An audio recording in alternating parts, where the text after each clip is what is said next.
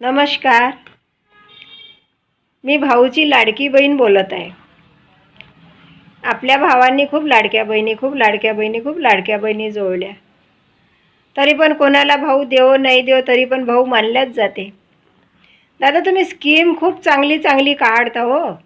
आता तुम्ही स्कीम काढली की एक गाडीवाल्याच्या डोक्यावर हेल्मेट पाहिजे, तर मागे बसणाऱ्याला दुसऱ्याला पण हेल्मेट पाहिजे. मग त्याच्याजवळ समजा एका बाईजवळ 6 महिन्याचा बाळ असला तर तिला पण हेल्मेट लागेल का हो? मग या हेल्मेटचे पैसे देईल कोण? तुम्ही 1500चे 21 केले तर 2100 रुपयामध्ये 3 हेल्मेट येईल का? मग बायांना एक 4 वर्षाचा मुलगा राहते, एक 6 वर्षाचा मुलगा राहते, त्यांनासुद्धा बाया माणसं ड्युटीवर गेल्यानंतर त्यांना शाळेत नेऊन द्यावं लागते. मग त्या मुलांनासुद्धा हेल्मेट घालावं लागेल का हो? अहो, प्रत्येकाला आपल्या जीवनाची काळजी असते की माझ्या मुलांचं काही झालं नाही पाहिजे, माझं काही झालं नाही पाहिजे. ह्या सगळ्या स्कीम काढायच्या आधी तुम्ही आपले रस्ते सुधरवा. जे तुम्ही आमची काळजी घेण्यासाठी रस्त्यावर मोबाईल घेऊन उभे राहता, त्यांच्याजवळ सगळे डॉक्युमेंट असो नसो ते पटकन आडवे येऊन विचारत नाही, पुसत नाही, पाठीमागून येऊन ते पटकन फोटो काढते. 2 मिनिटामध्ये चालान येते 2000-2500. मग आता हेल्मेट घ्यायचे की चालान भरायचं?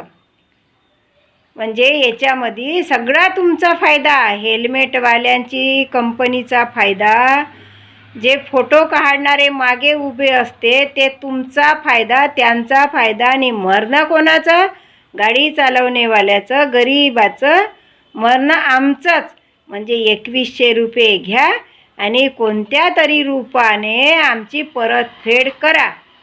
पण आमच्या लाडक्या बहिणीला काय आहे, पैसा दिसला की तो कोणताही भाऊ देव, पैसा म्हणजे पैसा. आम्ही हेल्मेट घेऊ पण तुमचे पैसे पण आम्ही घेऊ, हा अशातला हे झाला आहे. म्हणून आमचे लाडके भाऊ, तुम्ही हे सगळं बंद करा, म्हणजे आमचा जीव वाचतो. आम्हाला हेल्मेट घालायची गरज नाही.